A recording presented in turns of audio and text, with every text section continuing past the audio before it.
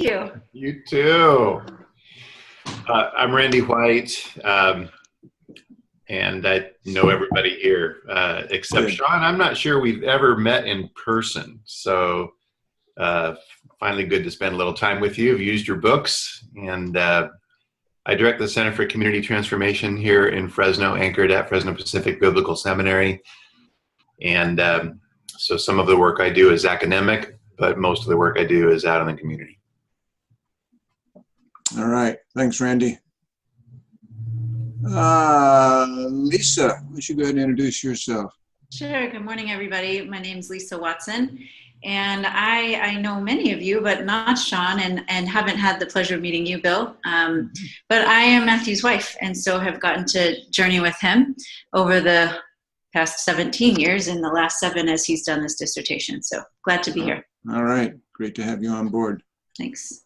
Let's see. Sean, why don't you go ahead and introduce yourself? Yeah, kind of noisy in the background. I'm in a coffee shop, so.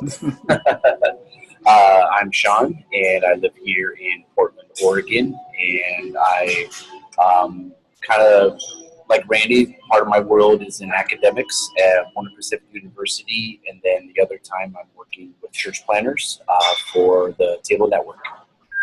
Great. All right. Thanks, Sean. Let's see. Justin, don't know you. Why don't you introduce yourself? Hi, everyone. My name is Justin Fung. I get to work with Matthew here at Christ City Church. I'm the pastor of liturgy and spiritual formation. So Matthew and I have worked together for the last 5 years, but have mutual friends that even before that. So I've been able to walk with Matthew. He's been plugging away these last few years and get to work alongside him. All right. Great. Thank you. Let's see. James, we're not seeing you, but we can probably hear you. Absolutely. So, hello, everyone. My name is James Graham. I'm a longtime friend of Matthew and Lisa Watson. My wife and I have just really had the pleasure of just kind of doing life with the Watsons for many, many years now. So it's a pleasure to be here and be a part of this. So, James Graham. And I'll live in Fresno, California. Fresno. All right. You're up there in Randy's country. Yeah. Yes. Actually, I'm in James's country. You're in James's country. All right. Actually, it's God's country, right? Yeah.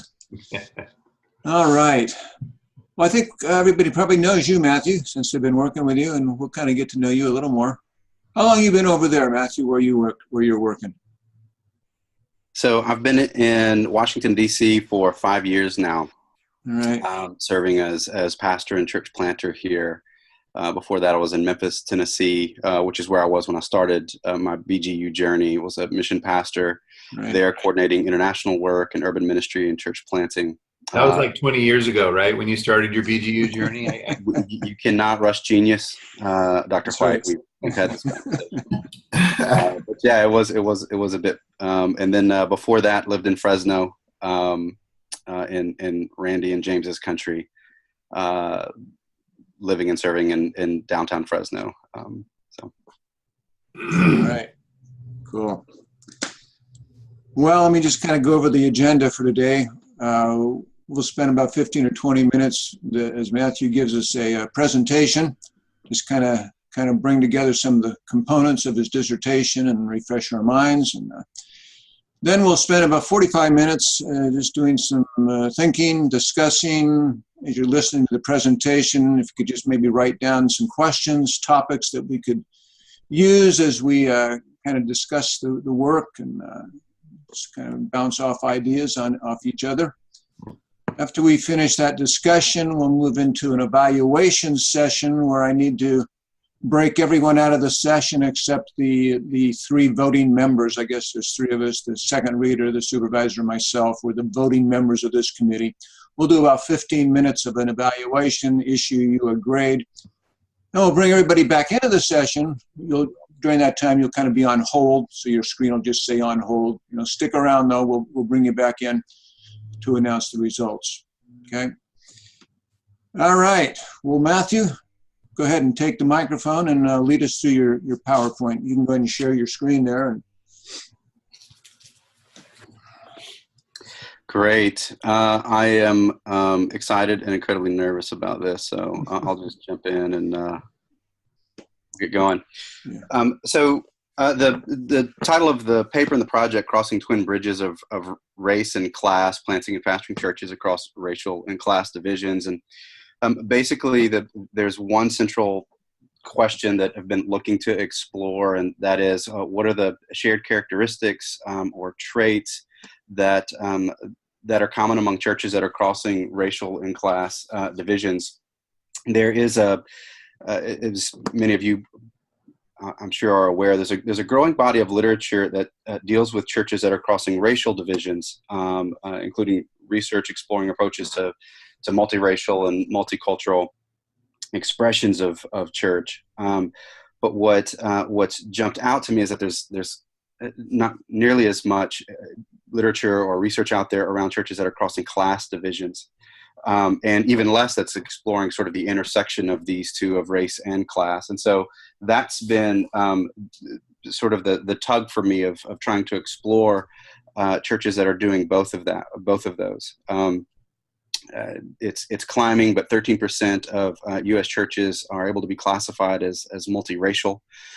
This is a rubric set wherein there's no more than 80% of one racial or ethnic group within the congregation, whether it be a predominantly white church that has 20% of non-white, or African American church that has 20% of non-African Americans, or whatever the case may be.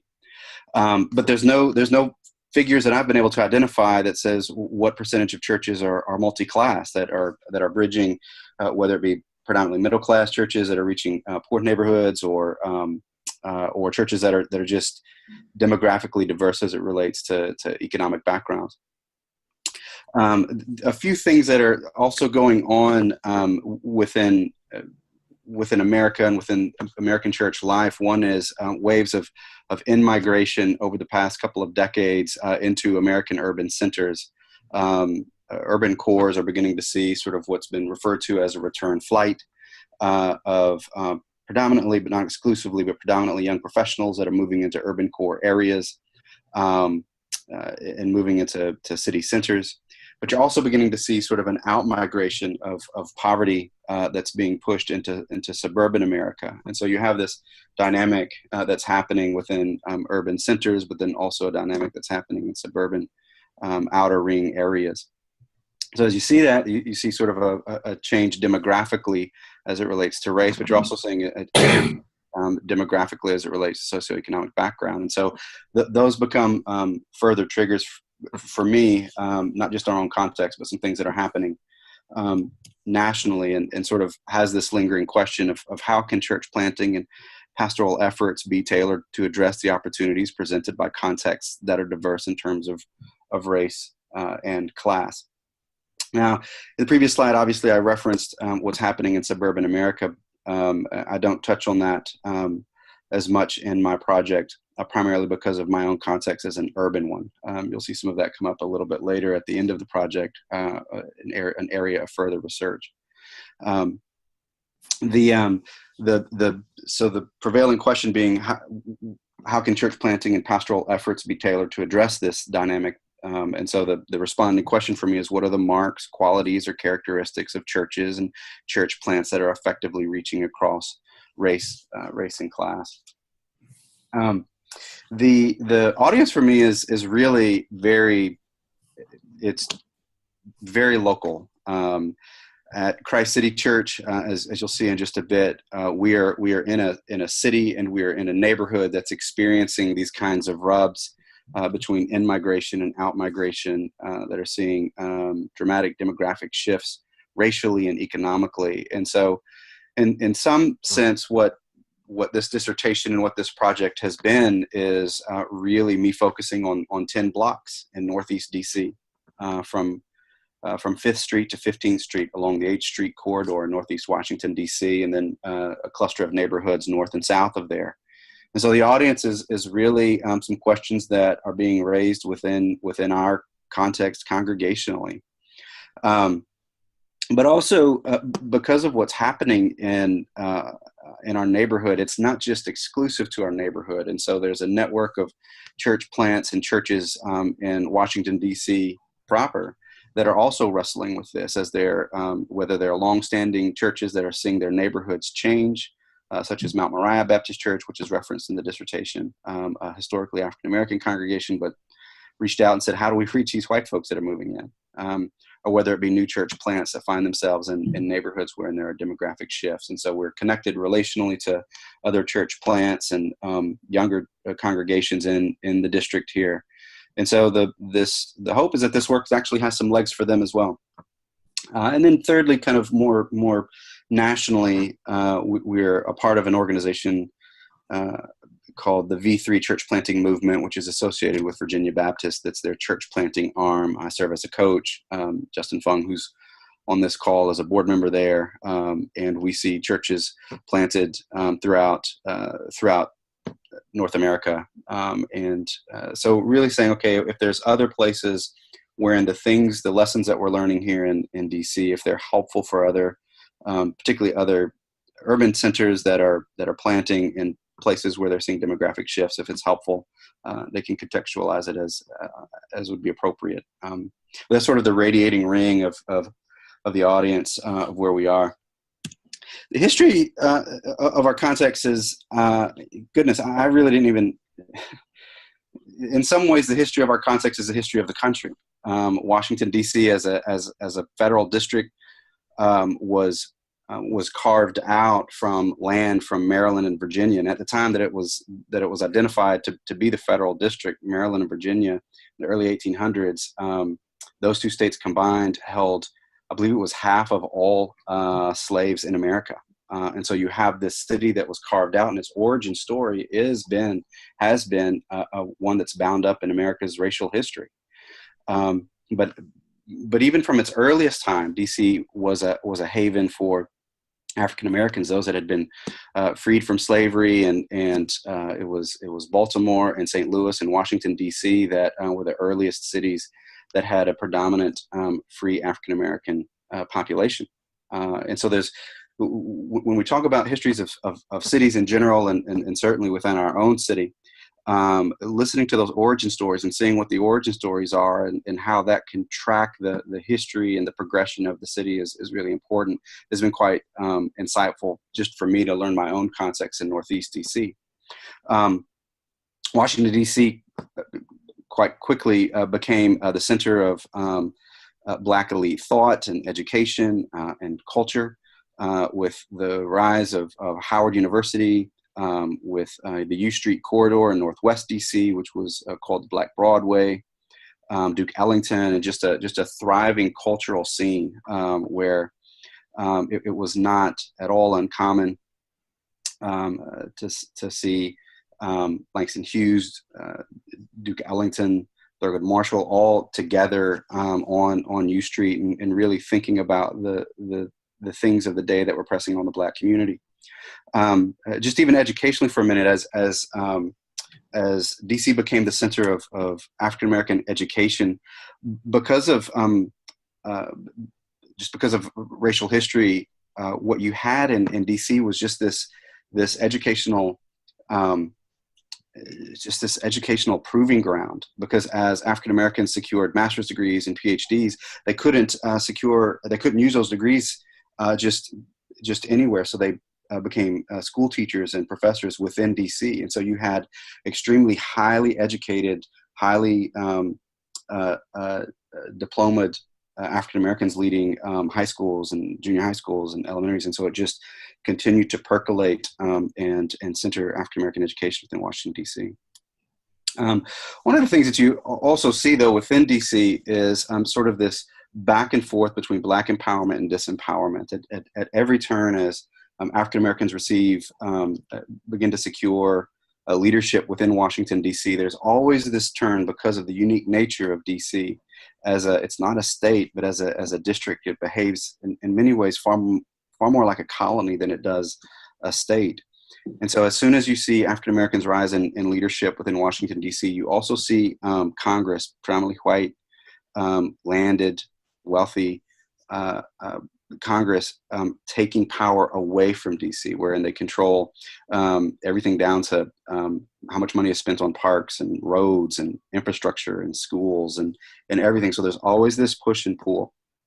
you come to a place where I put in there home rule, which is an understanding of government that's that Washingtonians are very keen on, but is often not as well known outside of the district. And this is just Congress's purview to give to the city leadership of its own government, whether it be financially or whether it be politically. So there's different fits and starts throughout DC's history where home rule is given to some executors or governors of the district, and then at other points it's pulled away. And it wasn't until the 70s that this latest iteration of home rule, wherein DC was able to elect its own mayor and city council, was actually enacted. And so that's why I put home rule-ish, because there's different phrases of it. But all of that is captured in a city that was carved out of slaveholding states, and then has this back and forth with a white government that oversees it, and how that plays out into civic and city life. The contemporary setting of where we are, just as DC has historically been an African-American city. In the 1970s, it had 70% of Black majority. And in 2010, it dipped for the first time in, I think, 70 years below a 50% majority for African Americans. And so there's several factors that are happening in this. One is as gentrification in many cities, but there's a pull and then a push. So for about 2 decades, particularly during Marion Barry's tenure as mayor, he was a 4-term mayor of Washington, D.C., and is really a heroic and tragic character in DC's life. But one of the things that he did was he actually he raised the boats of Black middle class. During his tenure, there was a tremendous economic uplift of African Americans in the city. But what that meant was, as their economic prospects rose, there was a pull to the suburbs. And so many of the Maryland suburbs that surround Washington, D.C., and Prince George's County, for example, in Prince George's County, Maryland, I think is one of only 2 counties within the United States, the other being right outside of Atlanta, where as it got more African American, it also became wealthier. And so you had this pull from the suburbs as economic prospects rose within African American communities. And then on the heels of that, you have in-migration in this return flight back into urban core that exasperated sort of the push of folks out into the suburbs. The slide that I just show you, you can sort of begin to see, this is an economic slide where you can see the blue and gray are, well, you can see it there, but blue and gray represents sort of folks that are on the poor end of the economic spectrum, and then yellow up to red are wealthier neighborhoods. And you can see how the changes happen. In the next slide, I'm going to show you, you can see where our church is. And so it actually may be helpful. I'm going to go to the next slide. That's the logo of our church. And so you can actually put your finger on where the logo of the church is, and then see the changes economically between it. And you can begin to see that where Christ City is at a collision point as things are beginning to change economically. This also happens demographically, as one of the things geographically related to Washington, D.C. is that there's a park and a creek that runs about a third of the way through the city called Rock Creek Park. And everything west of Rock Creek Park has historically been predominantly white and predominantly wealthy. And everything east of it historically has been poor and African American. And what you're beginning to see is from Rock Creek Park, a migration eastward of changing economics and changing racial demographics. So similarly, as with the last slide, you can see where I've placed Christ City Church. And you can see that it's just on the cusp. The green dots are predominantly white neighborhoods, and then the red dots are predominantly Black neighborhoods. It's a little more nuanced than that, but just for the sake of this conversation. And then you can see again how those things are changing from even from 2010 over the last 2 decades. When the next census comes out, I'm sure you'll begin to see those green dots continue to march eastward. So we're in this space where these demographics are changing. DC historically and even today is just a city of contradictions in many ways. Contradictions politically, educationally, and economically. And this is what I mean politically. So in some ways, Washington, DC has been viewed as sort of the center of democracy in the world, as the champion of democracy. But we are a city that actually doesn't have, we don't have any representation in the Senate or the House of Representatives of any measure. We have shadow senators and we have figure representation, but they can't vote on legislation. It wasn't until actually just in the last 30, 40 years where DC residents were able to vote for the president even. So on the license plates around Washington, DC, they have a phrase that says taxation without representation, which is sort of a twist and turn on the Revolutionary War phrase. It says no taxation without representation. But here we are in a city that's larger than, with a population larger than Montana and Vermont and other states, but we don't have any representation. And so it's this contradiction. Educationally. It's one of the most educated populations in the United States. But at the same time, we also have just incredible challenges related to our public school system.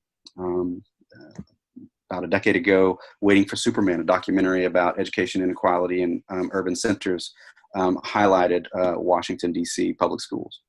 And then contradictions economically, as we're seeing this economic boom happen. We're also recognizing that there's a great number of folks that are being ground down, even in the wake and wave of economic prosperity. One of the ways that we talk about this and that we think about this at Christ City Church is sort of our parish, or this cluster of neighborhoods around which we meet. The image that I have for you here, the one in the upper left-hand side of the screen, is the Apollo development. There's 450 luxury condo units that are being built on the 600 block of 8th Street Northeast, just 9-10 blocks away from where we gather. There's a Whole Foods and other high-end retailers on the bottom floor, and then 450 high-end condo units. Right across the street, it's no longer there, but right across the street was the Department of Health and Human Services, where you'd go to get food stamps. So that's, if you come out where we meet, the school where we meet, that's sort of quarter of a mile straight ahead. Then if you turn to the left, on the bottom is DC Gin, which is the largest family homeless shelter in Washington, DC. And it's actually set to close. And there's a plan, but not a whole lot of action related to the plan about what's going to happen when those families lose this shelter. Christ City Church, we have members that live in both of these places. We've discipled and baptized women that live in the homeless shelter. We see some of our leaders moving into Apollo, and so we're wrestling with what does it mean for us to be a church for both of these families and for all of these folks that are here. Just quickly moving a bit more into the project, literature review. These were the three buckets of categories that I sought to really press into, looking at literature that looked at race, as well as literature that looked at class. Often these weren't the same. Most of the time, these weren't the same book. So it was borrowing from literature, both from Christian context and from secular and academic context of that dealt with race and race theory and contemporary aspects of race and racialization, but then also looking at class and looking at the effects and dynamics of class. Looked at the changing nature of cities as it related to just the dynamics that we're wrestling with in Washington, D.C., redevelopment, looking at gentrification, our architecture, built environment, and then also just how does the church engage in an urban context, in an urban space? Again, this is because of our setting as an urban one, this became the spot that I really needed to dig into. Biblical theological foundations for me with this, there were three of them that I really wanted to look at, and they parallel to a bit with the literature review, but really wanting to look at the multiracial mandate, what I call the multi-class necessity, and then the gospel of renewal, and just breaking those three areas down in terms of where might I tease out from the biblical material these foundations. And the multiracial mandate, looking at Acts 10 and 11. There are many spots where I could have started, but we're looking at Acts 10 and 11 and looking at the juxtaposition of these two passages, which I do in another spot in just a moment. Acts 10 is a story of where Peter, he's given a vision about food that was ritually unclean, and then from there he is called to go and witness to Cornelius, a Roman soldier, who then Cornelius and his whole family come to faith. And then just on the heels of that story, you see the story of Acts 11, where the church in Antioch, which is identified as a multiracial, a multi-ethnic, multinational, to use contemporary language, congregation, very diverse congregation. So you see these two things where God is reminding the readers, yes, my work and my missiological movement has always been to the nations. It was never just for one people or one nation or one group of people. Galatians 2, this is where Paul confronts Peter's racism, if I could use that word at this point, where Peter, though he's had this vision, though he's seen the Holy Spirit descend upon this pagan people, he still has reservations about how he handles himself when Jewish folks are around, and Paul calls him to account on it. So listen, what you're doing is you're forgetting what the Lord told you, and you're misbelieving and misappropriating the gospel, and so calls him to that. Revelation 7. This is the vision that John, the Revelator, gets. One of the many pictures that we have of what the end of it is, wherein he sees the crowd gathered around the throne. Every tribe, every tongue, every ethnos is gathered there, and again that of whatever else we carry with us into eternity. Apparently, our ethnicity and our cultural background is one of the things that is important enough that we carry with us into that. And so, just there's other spots that we could have looked to, even looking back at Acts 2 of what took place at Pentecost and the multiracial and multi-ethnic gathering there, that then became the launching pad for what we see in Acts 10 and 11. Acts 2 is not the first place we see it. We can even look back at Acts 2 as a fulfillment of what took place in Genesis 10 and 11 and 12 with the Table of Nations and the Tower of Babel. So there's just this broader scope that we could take around the inclination that we're to have as followers of Jesus, and the redemptive arc of God towards a multiracial mandate. Multi-class necessity, this is an interesting one. I really enjoyed this spot to highlight this as it related to the biblical material, wherein we see folks that are in different economic strata within society. So John 3 and 4, again, John is ever and always throughout his gospel, he's putting theological juxtapositions next to one another to make a theological point. And I think that he does this in John 3 and 4. John 3 is where Jesus encounters a woman at the well. Again, another, I could have lifted that up for a multiracial mandate as well, but where he sees the woman at the well who is of a certain economic class and has certain economic dependencies. And then just on the heels of that, John 4 is where he encounters Nicodemus, a man of privilege and means and status. There's issues of gender, meeting a woman at a well in the middle of the day, meeting a man at night, a man of means. And so what we're seeing is that Jesus is actually crossing classes here. And that there is within that a missiological moments that are happening. Acts 16, this is wherein the apostles are together. They encounter Lydia, who is an entrepreneur, a wealthy woman. They also encounter a slave girl, a young girl who is in bondage and has demonic spirits in her that she's able to divine certain things. And then we also encounter a Roman jailer. And so looking at that and going, okay, here's someone who is wealthy, here's someone who's working class, and here's someone who's destitute and poor. And that even in that narrative, we're seeing sort of the gospel is appropriated across class, across economic situations. Philippians, there's even these introductions and salutations in many of Paul's letters where he is listing who is with him. And in those lists, he includes folks that are in different economic strata. And one at the end of Philippians, he says, there's folks from Caesar's household. So here even we have sort of folks that are engaged in one form or another with the governing class. And so again, just the point of saying that what we see in the New Testament is a gospel for all of these classes, not just for one. And it's not an isolation. That in some places that we see this, see the multi-class necessity embodied within the New Testament church. And Gospel of Renewal, this is a theological foundation that I really sought to make, and shows up in the findings later, wherein we see the gospel beginning in a garden, as Dr. Bakke would say, and ending in a city, but that what's embodied in that is a holistic sense of God's full and thoroughgoing restoration of all things. That what takes place on the cross is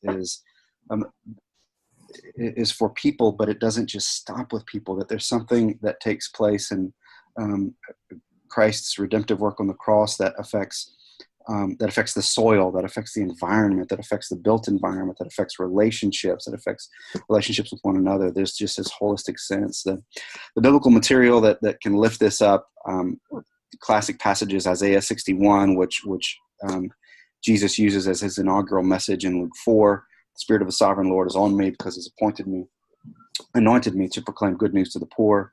Matthew 25, one of the longest discourses that we have on in the gospel of what the end times will look like, and it's in that where he's measuring the way that I will see whether or not you have really gotten what it means to follow me is how you care for the poor, how you care for the marginalized, how you care for folks that have been disinherited and disinvested in.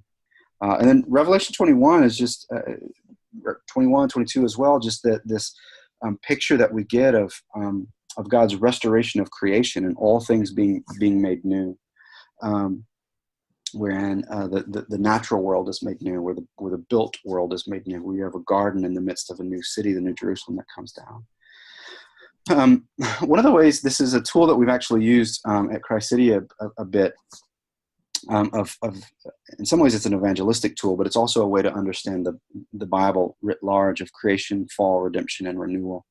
When we talk about this, we say sometimes we just focus on half of the gospel. I grew up in a tradition that just focused on sort of the middle half, fall and redemption. We just started the story with you're a sinner, I'm a sinner, everybody's a sinner, but Christ saved us. We didn't speak much about God made all things good when he made things in creation, and then God's going to make all things new at the end of it. I work in a city where, frankly, they still believe half the gospel, but it's a different half. They believe in fall and renewal. Folks come to DC and they know that the world's broken. They probably think it's broken in ways that I think it's fixed, and then I think it's broken in ways that they think is fine. But there's still, everyone knows that there's a fall that's happened, and they're aching for renewal. And I think many of the folks that look to work on the Hill or with NGOs, that's their aim. There's a heart cry in there of working for renewal, but if we're not careful, there can be a way that you try and get to renewal without going through the cross. And so what we try and talk about is what does it mean for us to have a fuller sense of creation, fall, redemption, renewal that will undergird why we care for issues of race, why we care for issues of class, why we care for issues of justice more broadly. Quick quote, Keller's Center Church, Jesus will put things right through the eventual restoration of all that has gone wrong with the world. The first time Jesus came from heaven to earth, he came in weakness to suffer for our sins. But the second time he comes, he will judge the world, putting a final end to all evil, suffering, decay, and death. The final goal is the renewal and restoration of the material world and the redemption of both our souls and our bodies. And so this becomes a summary of some things that we're looking to do. The design and research methodology did a series of interviews at 6 churches. And at each church did interviewed 4 members for a total of 24 interviews. The approach with the interviews was appreciative inquiry, which is an approach to interviewing. It's a change management tool actually, but explores what is working and what is healthy, and then looks to replicate what works or signs of health, and see those signs of health begin to sort of invade and infect organizations or in our case neighborhoods or communities or churches. The churches that I looked at from the East Coast to the West Coast, there was just 6 of them, but we had 2 of them in Memphis, where where I used to live. We had one here in Washington, D.C., one in Richmond, Virginia, one in Detroit, and then one in Fresno, California. There you go, James Grant. The interviewees within each of those congregations, the pastor was always interviewed, and then there were three others. Sometimes it was an associate pastor or another staff member. At other times it was members of if it was a church plant or a younger church where they still had core team members that helped plant the church, they were included. Or it was just members and leaders that the pastor said interview them. I think that they would be able to speak to the issues that you're looking at. There was diversity racially among the churches. Two of them were led by African American pastors. And others were led by white pastors, or where there was a black-white co-pastoring situations. It was men and women across the board. The churches that were selected were selected them on a few different criteria. One is through some networks that Christ City is also associated with, including CCDA, Missio Alliance, and V3. Missio Alliance is not a church planting agency per se, although they work pretty heavily with church plants, but do a lot of theological education with churches. And so that was almost all of the churches were networked in one way through one of those associations, or they were connected with the DC Church Planters Network here in Washington, D.C. So that was a sort of the selection. Also, I looked at churches that were, I didn't look at churches that were like mega churches that were far bigger than us. I looked at churches that were plus or minus 100 folks or so. Christ City is we're just hitting the 200 barrier. So look at churches that had 300 or 400 folks, but then also look at churches that were smaller than us to try and get congregations that were in seasons of life where we could see them from where we were, so to speak, that weren't too far down the road that we couldn't figure out how to get 25 years from now and get 3,000 members. We will try to get folks that are churches that were of a certain similar age and size as where we were. The interviews were recorded, either audio-wise or also video-wise. They were coded, looked at common words, common traits, common characteristics, and those commonalities were itemized or listed out once we were able to see what were the common traits and characteristics. The common traits had to be present in 3 out of the 4 folks that were interviewed before they were identified as a trait that was present within the church. There were a couple of exceptions in that, which the exceptions noted in the dissertation are if a pastor was able to identify something that the parishioners might not have known was there, was present. For example, certain aspects of theology that the parishioner might not have known, but that was undergirding the philosophy of ministry for the church. Yeah. There's another thought, but I can't think of what it was just yet. Oh, so once we identified what the common characteristics were and itemized those and put those together, had 2 aspects of peer review related to those. So once those characteristics were identified, sent those to the Church Planters Network here in Washington, D.C., and those pastors and church planters responded to see if there was resonance in them with what these characteristics were, given their experience in planting in an urban context. And those churches had a measure of racial diversity and economic diversity as well. And then also sent it to church planting agencies that are leaders of church planting agencies to see if these characteristics had resonance with the church planters that they were training and assessing and deploying. So the church planting agencies included V3, which we're a part of, Missio Alliance, and then the Acts 29 network, the Southeast region. So The common characteristics that were identified, I put them into 3 different buckets: internal characteristics, influencing factors, and external circumstances. The internal characteristics, these are things sort of within the church that they were deploying. So it included humility of leadership and intentional about diversity. Influencing factors, impact that CCDA had on the philosophy of ministry of the church, and then also renewal theology. And then external circumstances was where was the church located? What was the neighborhood in which the community was in? It was a proximity to the poor. Humility of leadership, in terms of one of the 6, it showed up in a few different ways. It was either humility of the pastor. Whenever the parishioners would talk about the pastor, they would say that he was humble, and they would identify this in a few different ways. Oftentimes it was he's vulnerable, or she's vulnerable in this way, wherein they would tell stories of their failures rather than stories of their successes. They would lead with their weakness, not lead with their accomplishments. And this became something that particularly for those respondents who are identified as living at or below or around the poverty line, that was something that really resonated with them, especially. The humility of leadership team was when the pastors would say, this is what I see in my core team, or this is what I see in my staff. And the humility was often that they would, if they were white or if they were wealthy, that they would listen to non-white or non-wealthy people. And that they would place themselves in submission to, or with common cause with folks that were different from them. And so that was one of the things that they really wanted to see in their leadership team. Intentional about diversity. This was diversity at all levels. It wasn't just we make sure that those that are on the platform, although that was crucial, and are factors that have come out of research and literature on racially diverse churches, but intentionality about diversity at all levels. So churches that were crossing class, they were also keen to include people that weren't middle class or wealthy in aspects of leadership within the church.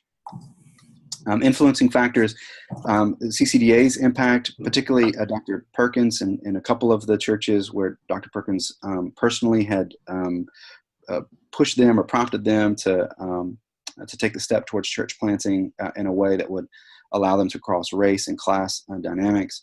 Or that they embody the 8 key components of CCDA, whether it be church-based ministry or racial reconciliation or economic redistribution or whatever it may be, that those things became guiding stars for them in terms of their philosophy of ministry. And then renewal theology. They didn't always use this. That sometimes they'll use holistic approaches to ministry, or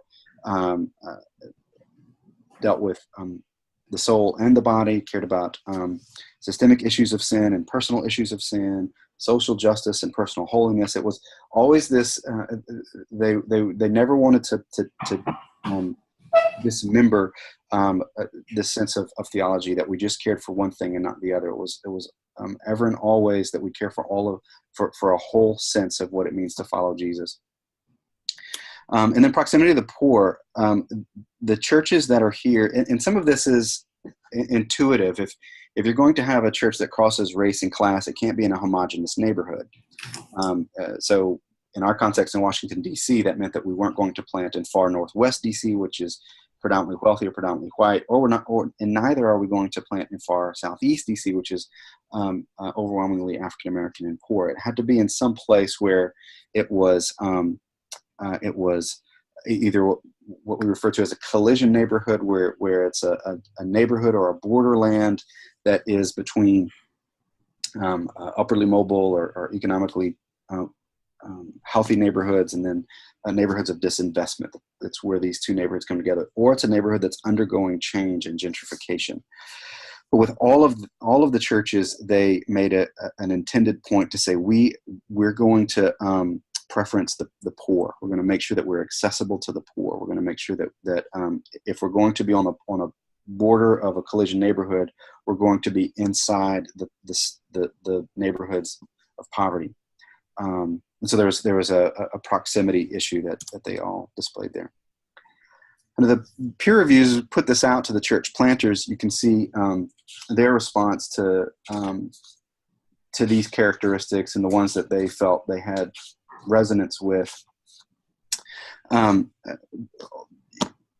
ones that were weaker for the DC church planters was CCDA influence. I think some of that is the churches aren't CCDA congregations and may or may not know of Dr. Perkins' influence. And because of the networks that I selected the churches from, CCDA influence is going to be higher than others.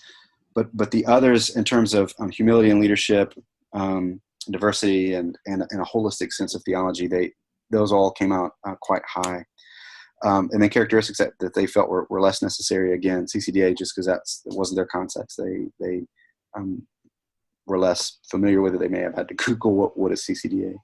And that's just a nature of the churches that are part of the DC Church Planters Network, that are Assemblies of God churches, Presbyterian churches, just other ones. When looked at the church planting agencies, a similar dynamic approached where humility and leadership, and then intentionality and holistic theology were held sway, and then also proximity to the poor. That the location is just important if you're going to cross issues of race and class. Some of the limitations of the project were just sample size. I mean, it's 6 congregations. I would always love for more data points to really explore this. The other limitation is denominational diversity. None of the churches that are in the research come from historically African American denominations. Even if they're a predominantly Black church, they were affiliated with a predominantly white denomination. And so that's a spot that I think could certainly use further research and when looking at a larger sample size, to say what congregations that are crossing race and class are coming from historically Black contexts, whether it be National Baptist or AME or other denominations where they have a long legacy within the Black tradition. And then just other limitations, just economic diversity. This was, I knew this going into it, but because there's no established rubric for when is a church multi-class, I had to just borrow another category where that was established, which is at what point is a church able to identify as multiracial. And because of the 80-20 rule that was established with when is a church multiracial, that's just a borrowed category to say, okay, well, this is when it's multi-class.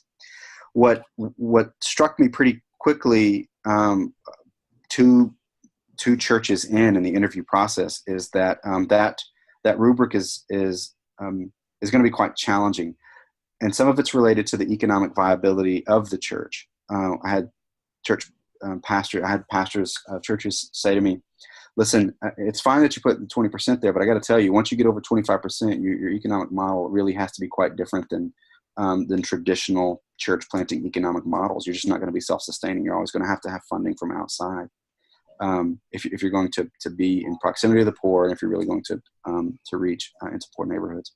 So I think that's an area of that I hadn't thought through. So further research, again, historically Black denominations. Other areas is what does it look like to church plant in a gentrifying neighborhood, and how do you face straight way some of the issues of justice that are surrounding church planting in neighborhoods of gentrification. Putting just sort of the questions aside about whether or not it's good or bad, just it's a unique dynamic, particularly in a context like ours. It's a historically Black city. You could say the same for Atlanta or Memphis or parts of New Orleans. Well, what does it mean to plant there in light of the racial history of it? And then the other that was really outside of my area, but because of the research on class that I did, of really realizing that I just hadn't come across much church planting among poor whites. And some of this is a bit controversial because of how class is handled, and certain authors that are writing around class and white people, authors like Charles Murray and others. But in terms of just even where I sit, of being relatively connected with the church planting world, of saying, I just don't know, I don't see where folks are planting among poor whites. And then also when you begin to see that church attendance among poor whites has dramatically declined at a rapid rate, certainly since the 50s and 60s. I think that's an area that I'd leave to someone else, but I see that it's a gap. And then just sort of recommendations. There's a series of recommendations that I make towards the end of the dissertation. Team approaches to ministry. because team approaches give space for diversity, racially and economically, and then stories of failure or stories of success in preaching and teaching. And then in terms of intentional diversity, planting with the end in mind and then sustaining with the end in mind. The thing is, you can plant with a racially diverse or economically diverse core team, but then over time it can become homogenous if you don't do the ongoing work of sustaining diversity. So you have to sustain with it in mind. And there's some recommendations that I put in there as it relates to as the church matures and begins to develop working committees and ministry teams and that sort of thing, of making sure that you have diversity at all of those areas. My wife is on the call. She's on staff with CCDA, so she'll be pleased to see that I included CCDA membership nationally and regionally. When you have a shared philosophy, even if it's from different, even if your churches of different denominations, but you have a shared philosophy of ministry, to be able to, regionally especially, to be able to gather together to do shared learning and ongoing learning, there's having a regional gathering of folks that have a shared philosophy of ministry, even if you have different denominations, can be quite helpful.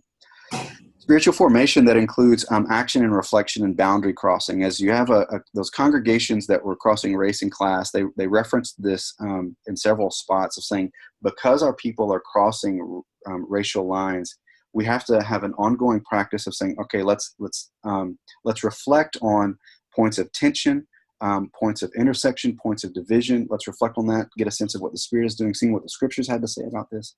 When you add a layer of economic diversity on top of that as well, it becomes really quite important to say, okay, let's don't just continue to work and move, but let's also take time to pause and reflect on how we're shaping one another, how the diversity is shaping us, how the context in which we're ministering is shaping us. So having that as a part of your spiritual formation and discipleship was really important for many of those congregations. And then preaching and teaching on the biblical themes of racial and economic diversity, so that there's a body of material that that's shaping the congregation, that they're able to draw upon, that the pastors and ministers are able to input into their congregation is going to be important. And then just proximity to the poor and access for the poor. So it not just we want to be in a neighborhood that's economically disinvested in, but also let's make sure that where we gather corporately is along public transportation lines or along thoroughfares, or that there's it's not just proximity address wise, but also think through traffic wise. How are the people going to get to us? Where are we going to meet? What are the third spaces in which we meet? Make sure that there's access points to it. So just to close it out, just want to give some thanks to some folks. Randy, you've been just with me for so long in this, and just a deep appreciation. I'm grateful for you. And then I was at Living Hope Church in Memphis, Tennessee when I started this and started the journey with BGU, and I'm finishing it by God's grace and y'all's favor here at Christ City Church in Washington, D.C. And then Lisa was with me when this was just an idea. When we were living in California and in Nigeria. And so whatever comes of it, I'm grateful for all of you. So that's all I got. Okay, good. Thanks, Matthew. I had to find my microphone here. All right, great presentation. It's really good just to kind of see all the pieces come together in kind of an integrated summary approach. Well, let's spend a little time thinking about the presentation, about the dissertation, thoughts, topics, questions you'd like to bring up that we could spend a little time on. So the microphone's open. All right. I'll get my part out of the way a little bit. Matthew, as your supervisor, let me just make a couple comments and then ask a question or two. First of all, you get a top grade just for the dedication alone. So way to go. Good strategic move. The discussion of class in church planting conversations is still rare. So the fact that you're trying to break new ground here seems to me very much in the spirit of a BGU dissertation. This is what happens, and this is why I came to BGU all those years ago, and that kind of innovation is really important. So again, well done in choosing a really contemporary and prophetic topic for your dissertation. Thought you did really good contextual analysis. I thought your samples, though they were limited, they were actually limited in a way that's going to make it more accessible to the reader. I think they were remarkable, and they made a unique contribution. And essentially what you've accomplished is a best practices study in a relatively uncharted area. So my questions are just three small ones. In choosing those 6, what you talked a little bit about the similarities in size, some of the demographics and that sort of thing. Talk to us more about the advantages and disadvantages of limiting the samples to the ones that you chose, and talk to us a little bit more about the various connecting points between them and the importance of being in a network like that with access to that kind of information. Can you just reflect on that a little bit more? Because I think it cuts to the core of what your project is all about. Yeah, so so just to make sure that I got the question, so just looking at the connection between these 6, why these 6, and how do they hold together?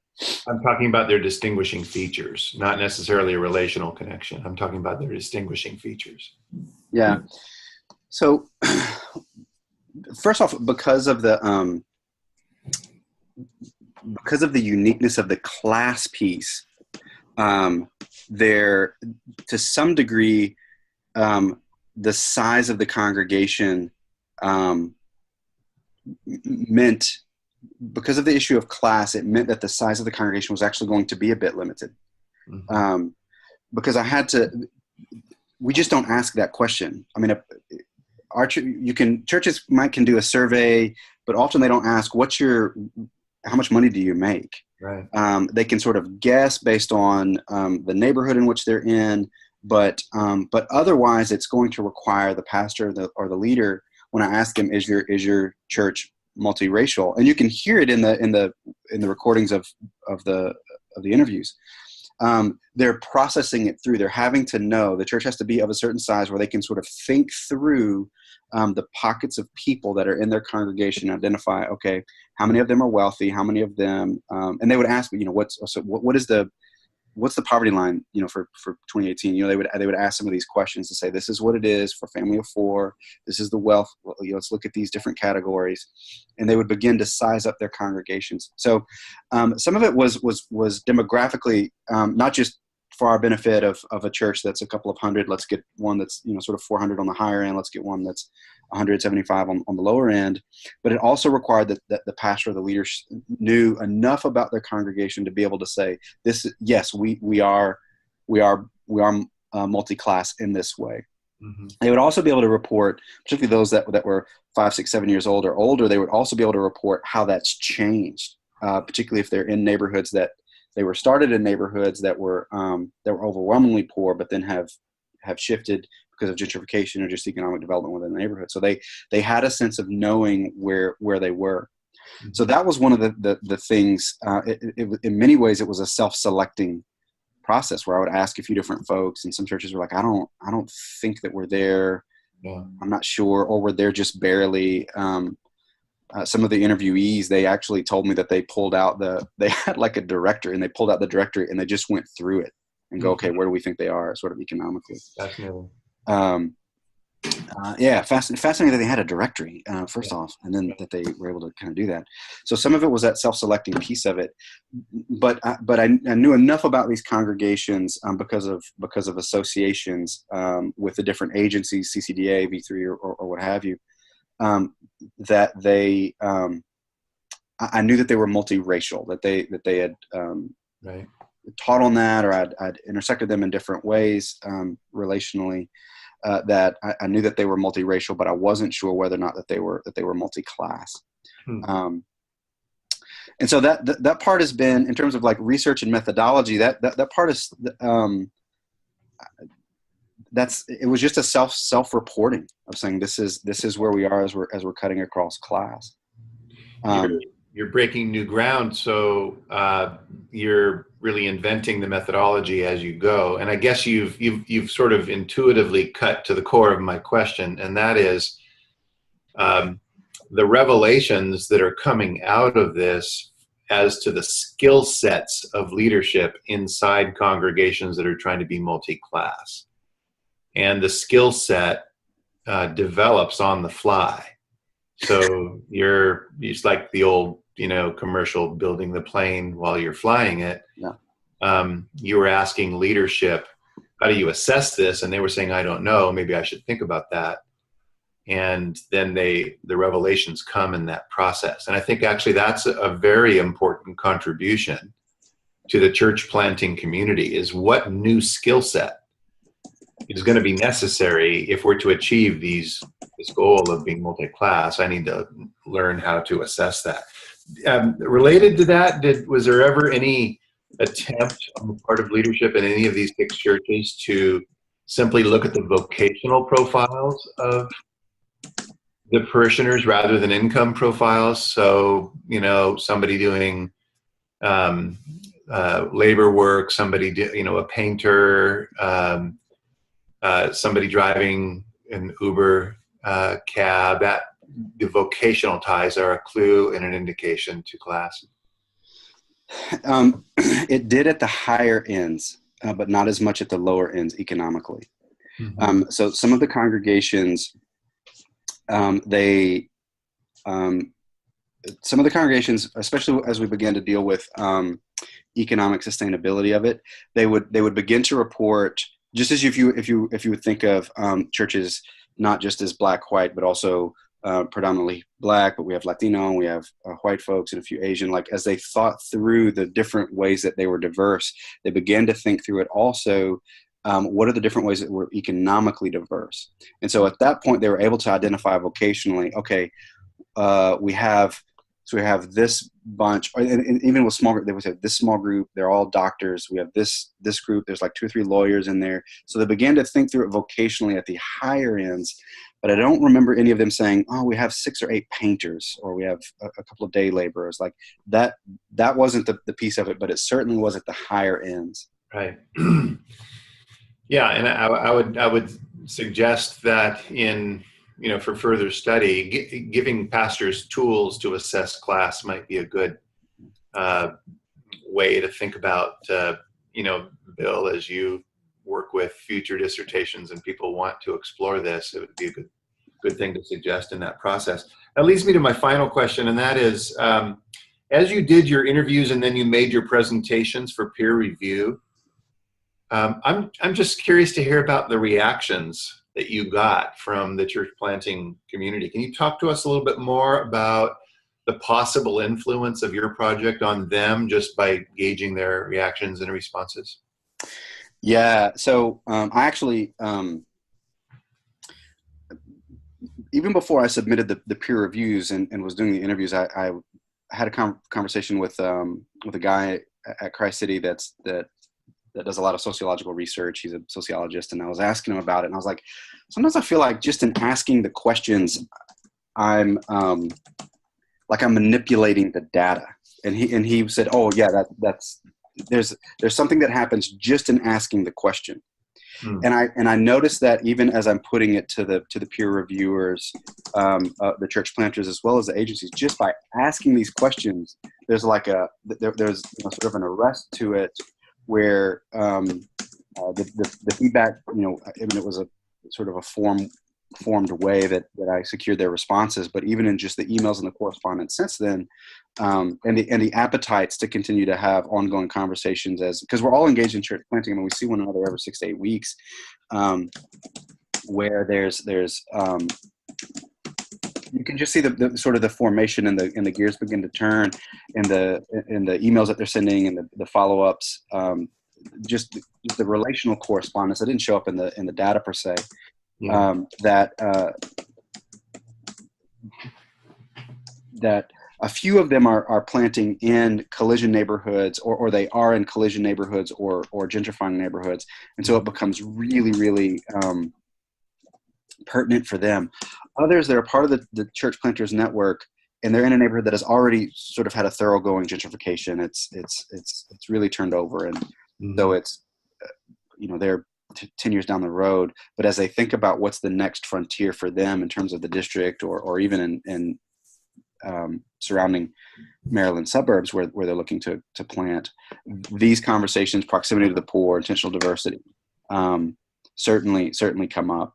I did get a little pushback related to the way that I describe humility. And some of it, because some of the churches are larger, 1,000 members, or approaching 1,000 members, and so they had some hesitation or reservation about whether or not, once you get to a certain size, if team approaches to church planting actually work, or do you need a more stronger sort of senior leader? And so some of it I think is ecclesial approach and some dynamic, but folks that sort of 500 members or under, that are thinking about what's the next church plant, there was a growing appetite and curiosity around all of the characteristics. Okay, good. Those are my questions. I guess my final comment is I just felt like you had a good sense of what this project contributed. It's pretty focused, and that's the old joke about doctoral study is that you got to narrow your field enough so that you learn more and more about less and less until you finally know everything about nothing. That's the old joke, right?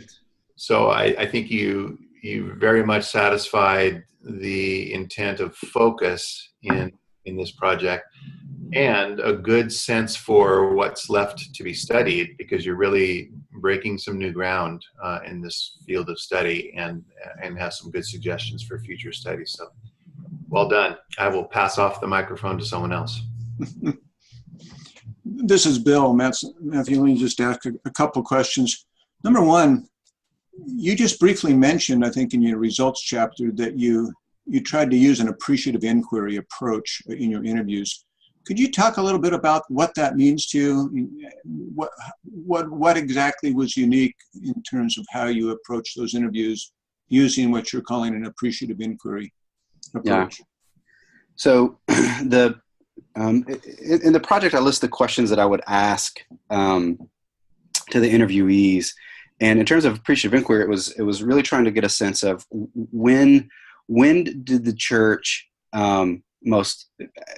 according to the respondent, when did the church most faithfully embody a church that crosses race and class? It was a series of questions to try and secure that answer. When were you at your best at accomplishing this? What were and then in different iterations of what helped you do that? What did you and even just basic, like what did you like about it? What was going on in that context? Now, I will tell you, depending on who the respondent was, I could either just ask those questions. Hey, here's my first question. Here's my second. Here's my third. Some of the folks asking it in that way would have been a little too blunt, and would have been quite off-putting and culturally inappropriate. Mm-hmm. And so it was very storytelling, narrative approaches where I wanted to make sure that I captured the story, that I captured the occasion or the event or the season in the life of the church, wherein they say, when we were doing this, this is when we really embodied a church that welcomes everybody. Mm-hmm. Poor folks, rich folks, black folks, white folks, guys from the neighborhood, guys from uptown, or whatever the case may be. But it was always that sense of, when did this work well? When was it healthy? As opposed to saying, what's your growth areas? Like, where are you doing it wrong? What are you trying to fix? What do you think? Mm-hmm. Like, if you could tell your pastor one thing, what would you tell them? This is an anonymous survey. Like, it wasn't that. A couple of the surveys, they sort of wanted to veer that way, and I gave them a little bit of a leash just because of to be a bit narrative, but always wanted to come back to say when were things working well, and describe either an event or a season in the life of the church, and then to try and tease out what they identified as the inputs or the characteristics that made that thing go well. So good. Okay. Second question. I think you mentioned that you were developing a kind of a training manual or a manual of best practices. Did you actually include that in the dissertation? I don't know if I saw that. Is that actually in the appendix? Yeah, the manual ended up being it's still in development. It's more of a white paper of saying here's, which is what I presented for the peer review. Okay. So it was a distilled down version of the project to say, here's the findings, here's the characteristics, here seem to be the things that churches that are crossing race and class, that they are identifying as the characteristics. And so I distilled it down for the peer review, and that's what I submitted to them. Okay, good. Yeah, I'll probably want you, if you can, to include that in the appendix, just so a reader could say, yeah, this is the paper that was the kind of used for that peer review. The follow-up question then, just in your own mind, there's a lot of work in the future, and I'd probably like to ask you to kind of brainstorm on that. But at this point in time, what would you say is if you were to highlight the transformation that's taken place so far based on your study, what would you highlight in your own mind right now? What happened that you really consider that's transformational, as we use that terminology here at BGU? Yeah. In terms of me or in the congregations or yeah, you can either way. Actually what's happened to you, and then just what you see happening in people around you because of your study. We're always kind of seeing what exactly has this study produced that's really starting to make a difference in the lives of people, both your life as a practitioner and the lives of your colleagues. Yeah, so a few things that have come out of this pretty quickly and straight way, in terms of thinking through BGU's, dimensions of transformational leadership. The contextual one has already had radiating effects. We just this past April, taking the contextual chapter from the dissertation and building it out along with some other folks at Christ City to build a spiritual history of DC course that we did. We executed this course at the historic United Methodist building here in DC, their national office, which is right next door to the Supreme Court. And so we would walk through the racial history, the economic history, the political history, the educational history of Washington, D.C. For 2 hours. And then when we would come out, immediately we would see the Supreme Court and then the back end of the Capitol. And so that to say, let's understand our context so that we can be more faithful ministers of the gospel. So that's been, in terms of contextual leadership, that's had not just for me, but the two other folks, Karen Lee, Chuck Lamar, Kate Denson, that Kate has referenced and cited in the dissertation. She's the tour guide that knows a great deal about the history. So that's been one where we've actually been able to sort of push this down into the congregation just already. I think that built into it, because of the history of DC and even just the context into which I'm trying to minister, aspects of prophetic leadership, of servant leadership, like I think I'm still trying to find some of my voice in this, to be honest with you, because to deal with issues of race and class and politics, trying to wrestle through what does it mean for me to be political but not partisan in a city like Washington D.C. in an era in which we're in. It is something that I continue to reflect on, even as a minister and pastor, and wanting to speak where the Lord wants me to speak, and speak prophetically where He wants me to speak, to comfort those that are afflicted and afflict those that are comforted, so to speak. But to do it, in the spaces that make sense. There's probably a lot more to say about that. Yeah. Okay. I'm just looking at a couple of questions, that we have to answer as we do evaluations, but that kind of leads just to one other thought, I think, is the idea of, you just made, and that's just an honest answer, you're kind of looking for your voice. What exactly is the Lord asking of you, in the midst of this work that you're doing? And just as you maybe kind of project, you're pastoring a church, which of course, is a full-time focus, but can you maybe just talk a little more about your own identity, as a pastor, as a community leader?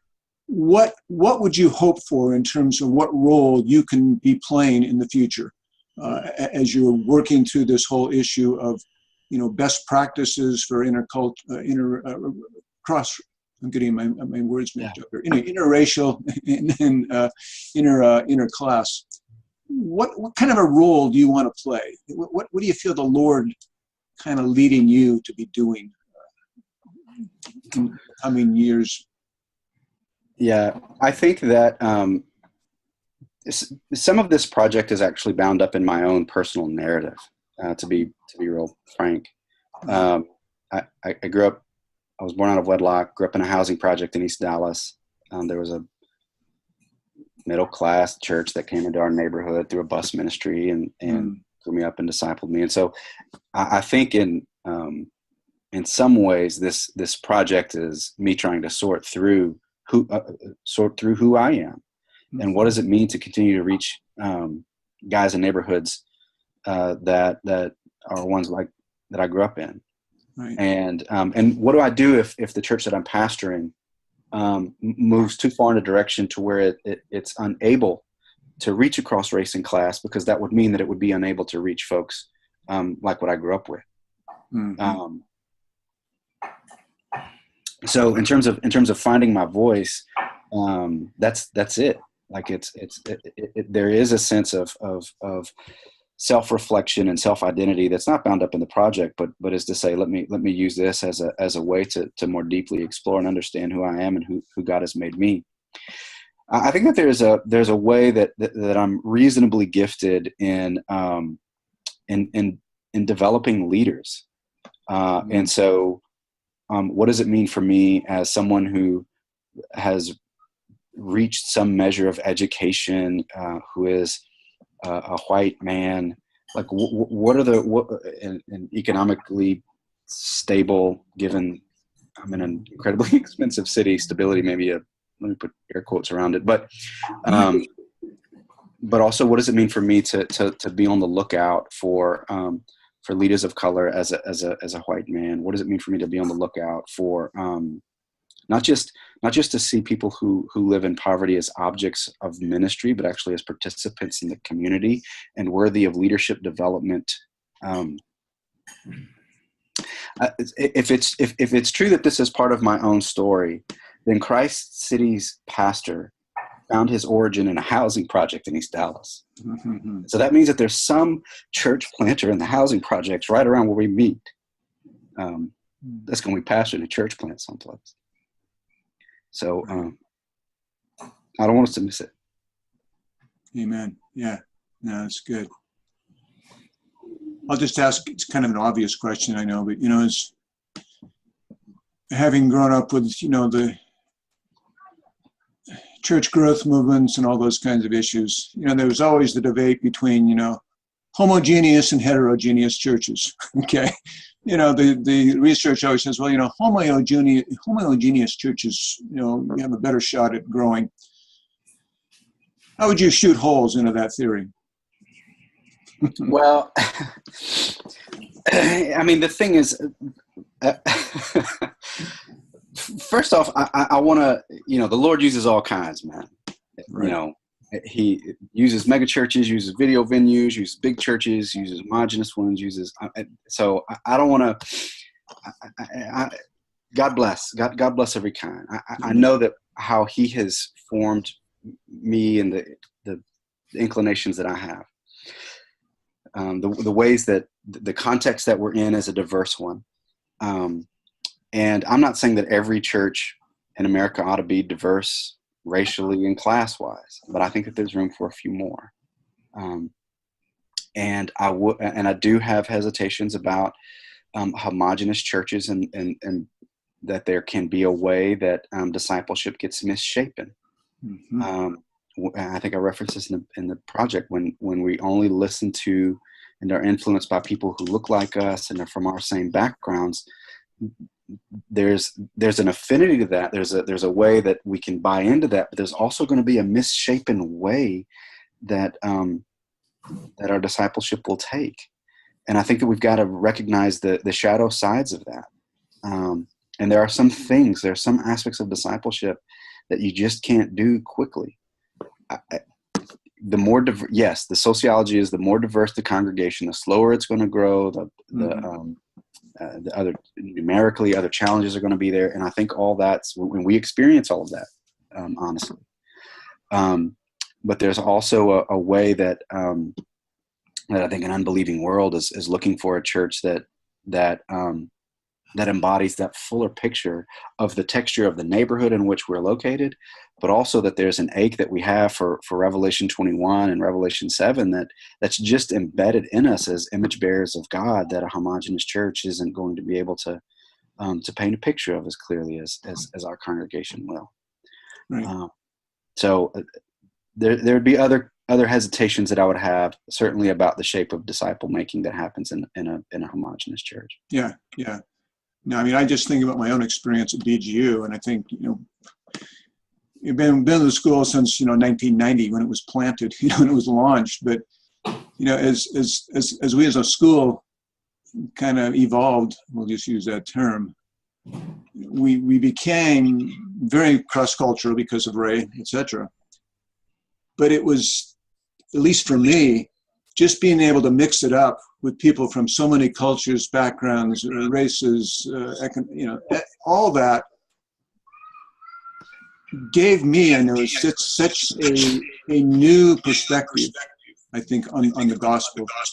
There's a passage, I think it's in Peter, when it's talking about giftings. Some of us have speaking gifts, some have doing gifts, but that passage ends with, so that we may, I can't remember how it said, it's something so that we can demonstrate the manifold radiance of God. And it's like this manifold, diverse, it's kind of all the different facets of the Lord God are manifested through the personalities, the cultures, so that when we are just looking at God through a particular lens, we're very limited. But as we begin to see the Lord God through the lens of, and I'm getting an echo here, but anyway, the idea is that we end up getting a distorted view even of God as we look at God through only one lens, my particular culture, my particular background. As I'm exposed to a lot of different cultural backgrounds, I begin to see God in a myriad of ways. I'm having a little trouble just expressing that, but I think that's something I'm, as I read your project, that's what struck me again, that whole issue of we are missing, and we're very limited in God if we are simply looking at through one cultural, one homogeneous congregation, whatever it happens to be. Yep, that's right. All right. Others who have not said anything yet, why don't you jump in and give us a word, give us a question, a thought.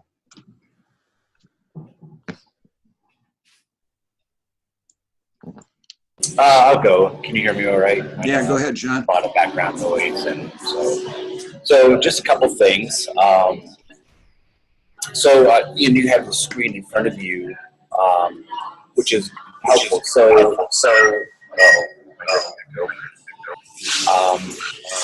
which of the, I'm trying to even phrase how to think or say this, but so you're talking about like a multi racial church. So how many of those, I see like ones are either black and white or whatever. And I wonder what are the nuances of this conversation?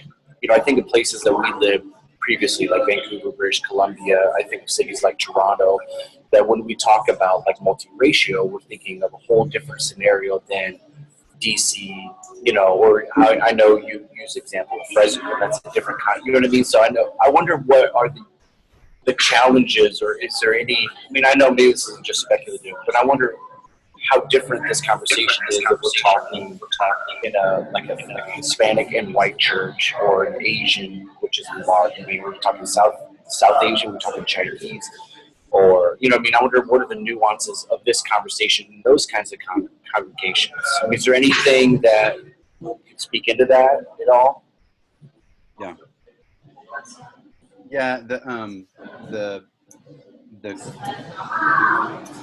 We were just actually in Vancouver a couple of weeks ago. Lisa was speaking at a conference up there, so I had a chance to see even some of that dynamic where you have an incredibly large Asian population, but not predominantly African American demographic like what we see. A couple of things that I think that in a setting like Sean, maybe where you are, and I'm just only speculating at this point, that the tools that are used to cross culture are the same. Are some of the same skills that would be helpful in crossing a class. Now that there was, I got into a little bit of back and forth with a prof from Calvin about just that statement about is there a culture of poverty and some other things that are there, and without sort of going down that rabbit trail too much, at some level we recognize that there are cultural aspects. If you don't like that language, you got to call it something, but you got to have a name for it. But that there's I'm just going to use culture, but understand the difference that I'm trying to make there. That there's a culture of wealth, there's a culture of middle class, and a culture of poverty. And so those tools that you're able to use, whether you're crossing an American context to a Latin American context or to an Asian American context, like whatever those cross-cultural tools are going to be helpful as you're thinking about crossing class. And those same tools, those same skill sets, that same cultural toolkit, to use Emerson and Smith's language, I think is going to be helpful if you're in North Vancouver, or places that are wealthy, or maybe predominantly Asian, but that are wealthier. And as you look at saying, hey, what do we do with the Squamish people that are also in that area in Vancouver, or what have you? Like, those are going to be skill sets that are going to be transferable. The context, though, is really different because we are in DC, because we are in a historically Black city that has sort of this a racial history to it that is its own. That's going to be different than Seattle's or Portland's or Vancouver's. But those tools are going to be, they'll need to be contextual, but they're going to be helpful in either spot. In our context, something that we're dealing with, even just right now, is as our church is growing numerically, what we're seeing more and more Asian Americans come. And so we're having to not just have conversations any longer around the Black-white binary, not that we were originally, but we're also, there's becoming a greater push, not just a theoretical push to say we need to have this conversation. As African Americans are looking around and going, hey, there's a lot of Asian folks here. What does that mean for me and my people? And so those tools, we're having to sort of employ them in really a myriad of different ways, and contextualize them, not just for us in DC, but how do we do it for us in DC who are newer to DC? How do we do it for Native Washingtonians who come from working class Black neighborhoods? And I can imagine in places in Pacific Northwest and others where you're having to say, what does it look like? What does it look like for an affluent, upperly mobile Asian American person to figure out how do I relate to a First Nations person that's coming out of grinding poverty? What does it mean for me as to be in a place of privilege, which we don't often think of it as privilege, to actually say, how do I defer and how do I listen to? How do I exercise humility in this space? Those are going to be the nuances. They're going to be really, really contextual. But I think there's tools, particularly as it deals with how do you cross how do you cross culture generally, and then how do you employ those as you're crossing between wealth, generational middle class, generational poverty. Good stuff. Thank you. And one more question. I think back at when I began my BGU journey. Good night. That was 06. I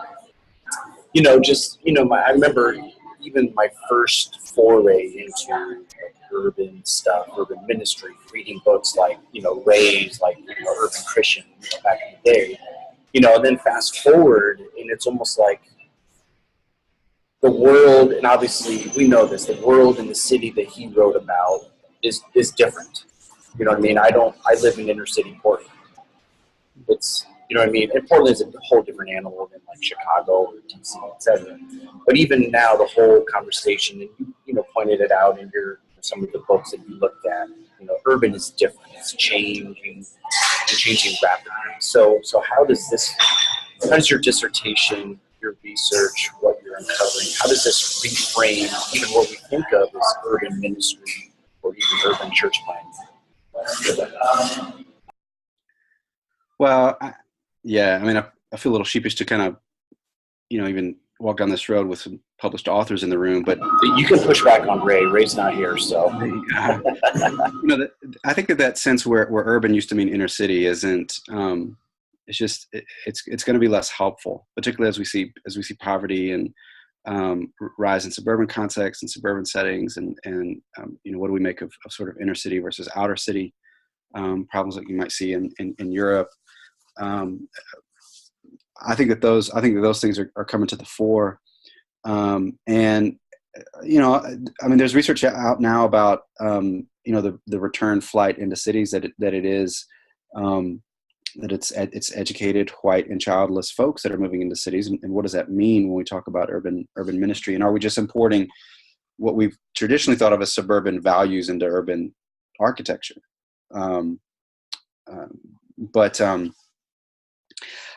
So I think in terms of what sort of contribution, I think that we've got to think through theology of place and theology of gentrification, theology of economics, and gentrification is. We talk about it as though it's a monolithic thing, but it's not. It's really nuanced in a lot of different ways. I showed you a picture of the Apollo building. That when we think of displacement, like no one was living there before. It was a brown space, and then there was a new structure, and now people are there. And so when we think about, like, I know Randy and I have talked about this, like there wasn't someone that's there that's now gone, but there is a radiating effect of the economic activity that's happening there. There is a push and a pull, and what's happened over the last 10 years can't be devoid of what happened the previous 15 in DC or whatever the city was, as you saw sort of an outflow and then an inflow. And I just don't. Sean, you touched on it on your piece, and there's been a few others, but I just don't see, other than people just acknowledging that it's happening in places where people are planting churches. I just don't see a lot of, maybe there's Christian prophetic witness about it in some sort of more prophetic streams where they're just like, gentrification is bad, and there's just sort of that piece of it, which there's a space for the prophetic stream, but my seat is as a pastor and as a planter. And so I'm trying to say, what are those skills and what are those tools that as new there's more people moving to DC to plant churches. Like they don't know that I'm here and that I've got it solved or whatever the case may be. They still keep coming. So in what ways can I use this material to say, listen, as you come in, you probably do not have a theology of place that's as robust as it could be, a theology of architecture. Every new condo that's built is 1 or 2 bedrooms. They're not building them for families of 3 or 4 or 5 people. What's that architecture saying to us? Like, what's your theological response to it? If it's just prophetic, that's fine, but there's probably more. Where's reflective? Where's lament? Where's celebration? Where's praise? Where's any of these other streams that we would want to occupy as pastors? And I think that's got to be brought to bear. And I just don't see as much of that literature being written, honestly, of what does it mean to plant. I think I think Long's Race and Place gets close to it, but I mean, there's like 8 of us in the room. I suspect that we could probably name all 4 books that touch on it in all of the libraries that we have. I just think that there's a greater need there to say, what are the skills that we need beyond just a prophetic lament of gentrification, but what are the books that are saying, here's what you need to think through. Here's biblical material that deals with it. We're not the first folks on the planet to deal with what we call gentrification. We're not the first ministers, but I think there's some gaps there.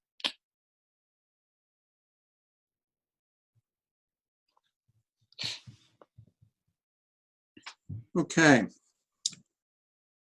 think we're going to probably run up against the clock on my Zoom room here.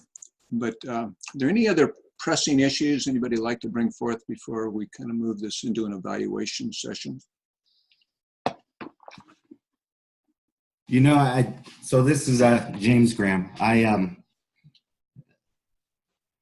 don't know that this is a pressing issue, but this is definitely something that just really jumps out at me. Like, so one of the things that has always really excited me and piqued my interest as to how God does what he does is that when someone is just living their life, and having known Matthew for lots of years, I hear, as we've read, reviewed, and are now listening to the synopsis of his presentation, all the things that it stirs up in us. And it's like, man, this is new.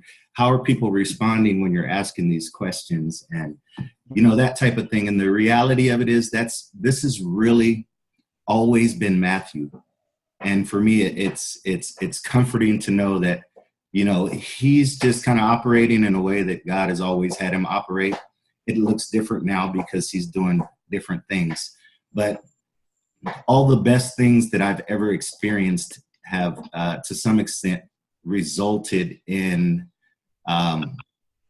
someone doing that, just like living your life. So I just want to commend Matthew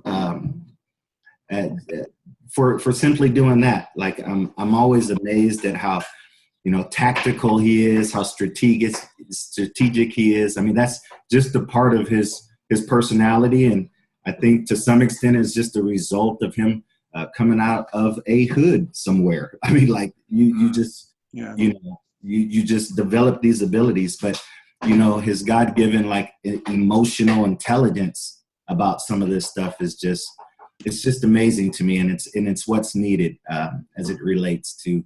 I mean, you guys have been a part of and heard these theses before. You guys have better understand these types of settings. And for me, it's just refreshing to, again, look at the end result of a guy that I've known for years, just living his life and really not doing anything outside of what he's always done in some context. So bravo. And if I were to have any questions, it wouldn't necessarily be directed to Matthew, because I kind of get where he's coming from, because again, that's always been him. But it's more for myself. Like, what is it that listening to Matthew in this presentation and these questions about race and class, what does that stir up in me? And how will that affect the way I interact with, you know, my wife, my neighbor, the mailman, the guy at Vaughn's? I mean, like, that's what really jumps out to me. It's like, first and foremost, what does this stir up in me? And I really like when I'm at least, I'm around something that really stirs something up in me, and that will result in a change in everything outside of me. So again, bravo, Matthew. Do your thing, man. Thanks, brother. Right on. Amen. Yeah, thanks, James. That's helpful. Yeah, just because you've known Matthew for some time, and it's just kind of good to get another perspective as you're kind of watching him right, do what he does, and you know, live out what he lives that the Lord calls him to do, and just kind of good to hear, you know, what that stirs up in you. Yeah. And again, like Matthew said, maybe there's a future pastor or church planner in the neighborhood that he's operating in now. I can only imagine, because I know personally how, You know, he talks about leadership development. I know what my relationship with him has done. So, you know, with God, who knows what he could stir up and who he could, you know, motivate. So, right on. Yeah, that's good. All right. Okay, anyone else like to make a comment?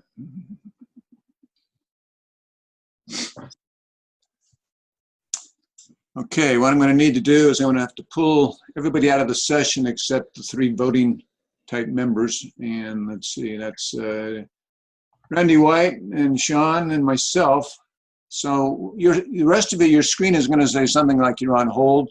You know, hang tight for about 10 or 15 minutes, then I'll bring you back into the session and we'll announce the results of this whole process. So hold on, he'll be jumping out here.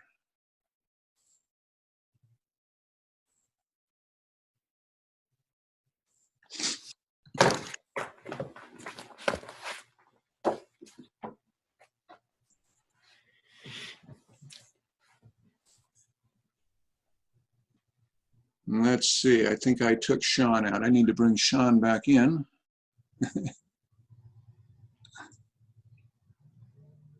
Where are you, Sean?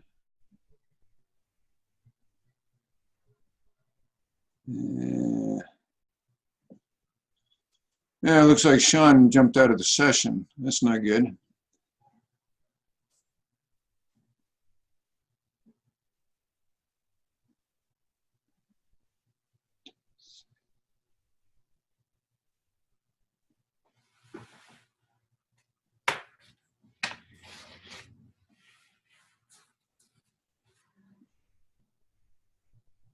I'm going to bring, hey, Matthew. Yes. Sean kind of jumped out of the session. Oh, there he is. Okay. Sorry about that. Okay. Okay, I'm going to take you back out, Matthew. Hold on. All right. I think I got everybody. Sean, you're back with us. All right. Yeah. I was worried. I'm like, wait, I must got voted off the island. I know. Yeah, okay. It's kind of crazy trying to move people in and out of the session. Such a sense of power, right? We got to kind of work through this evaluation form, so I'm going to go ahead and share my screen. Let's see if I click there, click here. Hold on a second.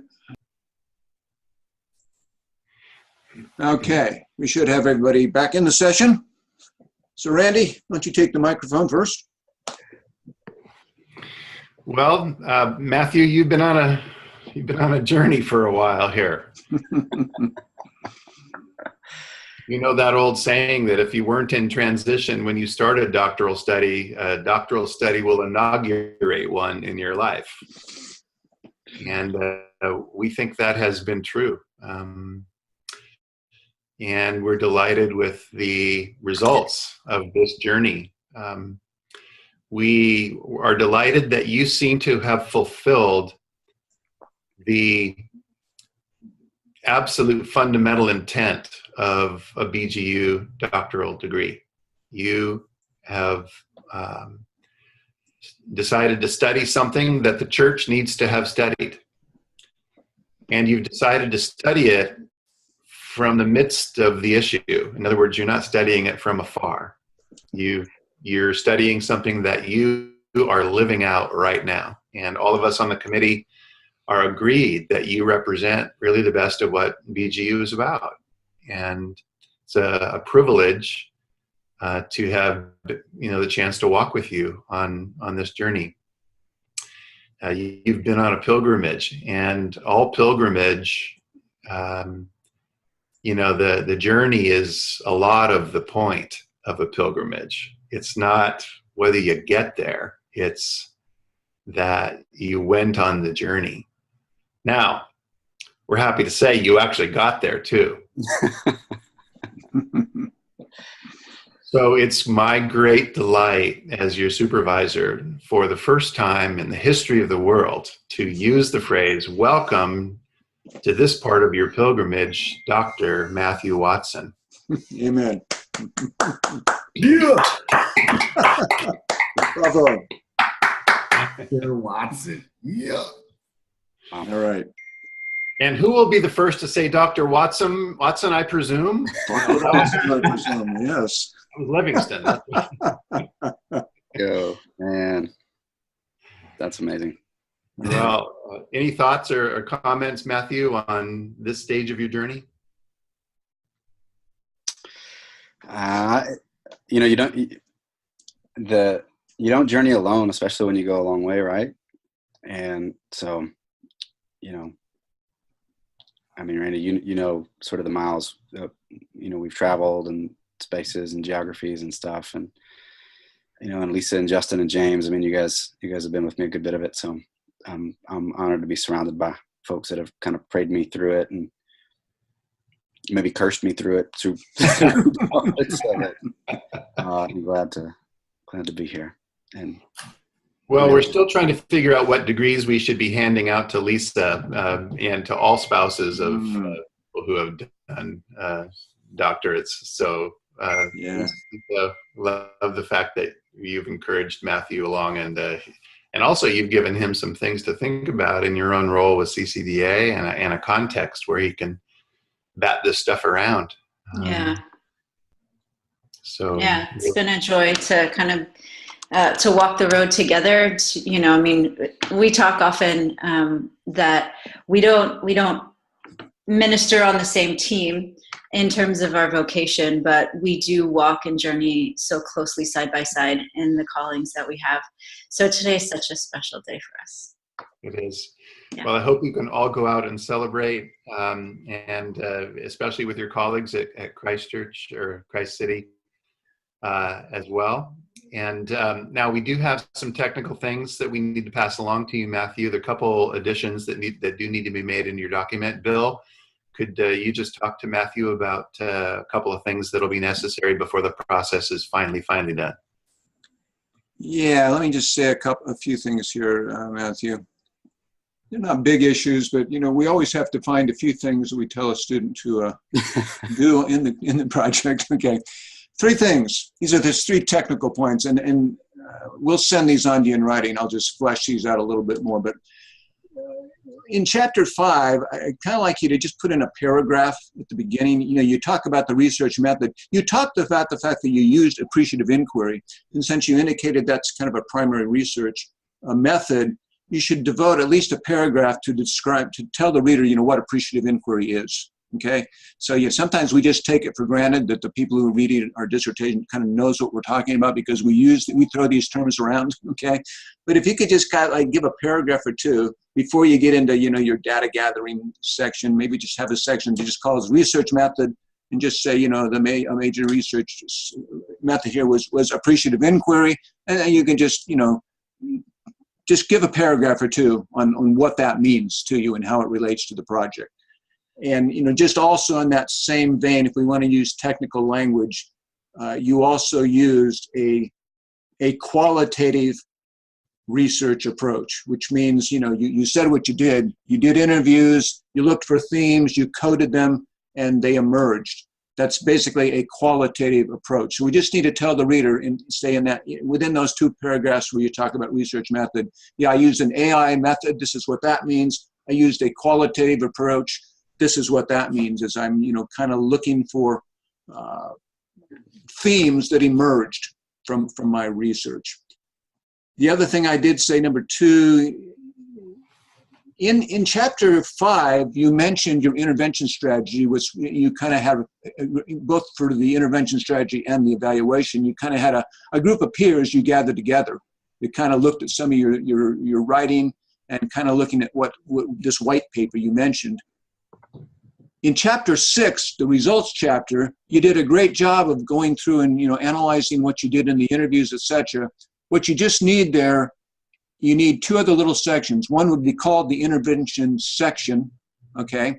And there you just give a paragraph that just says, you know, yeah, I gathered together these peers, we looked over the content, and then refer the reader to appendixes. I think you got D, E, and F, where you kind of laid those out. And Randy mentioned that, you know, he had asked you, you know, maybe not even include that in the narrative section of the chapter just to save space.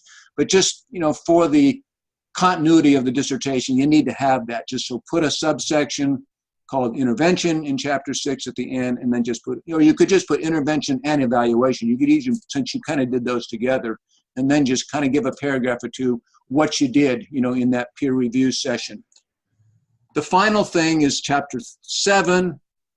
We always want to just see kind of a concluding section just before the conclusion where you just kind of say next steps. Okay, again, just even a paragraph. Where does it go from here for you? Okay, what do you think you need to want to be doing in the future, to just keep moving forward with what the Lord is telling you to do in relationship to this whole focus. Sounds like a lot, but you're only talking about a few paragraphs you'd add here and there. Randy will work with you on those. We just need to, you'll be in the graduation, no problem. But, we've got quite a few students that we're asking to kind of, tweak their dissertation a little bit. So you just make sure all that's done by June 30th, okay? And that Judy will, have all that so that she can send these dissertations off to the bindery. All right. And again, that'll get written out for you so you can kind of just see what you need to do over the next few weeks. Any questions, thoughts? Does that all make sense? Mm-hmm. All right, good. Well, all we need to end this session. I appreciate all of you taking the time and to kind of join with us and to join with Matthew to kind of, celebrate this culmination of a lot of years of work. And Matthew, it's just been a pleasure to kind of know you a little bit, at least through email and just some of your work, and just see what the Lord's going to be doing through you. We agreed in the committee, why we want to give you, a pass with distinction is because this kind of a work has such potential for transformation. And as you're working with the networks that the Lord has, set you into, you've got a place of influence. Talking about finding your voice, we feel like the Lord is giving you some expertise in this area to really play a major role in helping other churches function as they're doing some of these transitions. As they are, moving into interracial, interclass kinds of situations. So again, thank you for your work, and just keep at it. Yeah, thank you. Thank you, Dr. Payne. Sean, thanks so much for jumping in and giving it a read. I know we talked a couple of years ago about this project. Appreciate you hanging in there and sticking with me, man. I really do. All right. Shall we pray, Bill? Let's do it. Why don't you do it, Randy? Lead us. All right. Lord, it is a pleasure to gather as you invest new gifts, new talents, new perspectives in people that you have called to new work. Thank you for enlarging Matthew's perspective on this subject. Thank you for enlarging his voice and for the scope of his work. Mm-hmm. Thank you for all those who come alongside him in the process as well. And I pray that you would allow all the work that he's done to be useful in your kingdom, useful for your shalom agenda in this world, that you walk among all of us, every part of our society, in ways that are making all things new. And so for that renewal of people's lives, of the lives of cities and districts, God, we ask you to lead us and to use Matthew in that process. Thank you so much for the whole Watson family. May your blessing rest upon them during this time of completion and celebration. In Jesus' name, amen.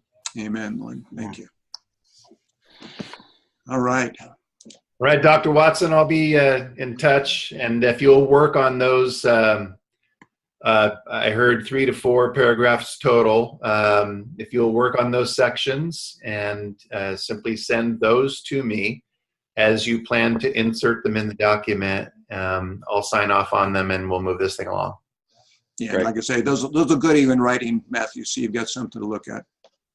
Great. Okay, thank you. All right, all. Thanks again for joining us, and I'm going to need to end the session, and Godspeed and God's blessing and God's work. Thanks. Amen. Thanks, Thanks, everybody. Bye-bye. Bye-bye.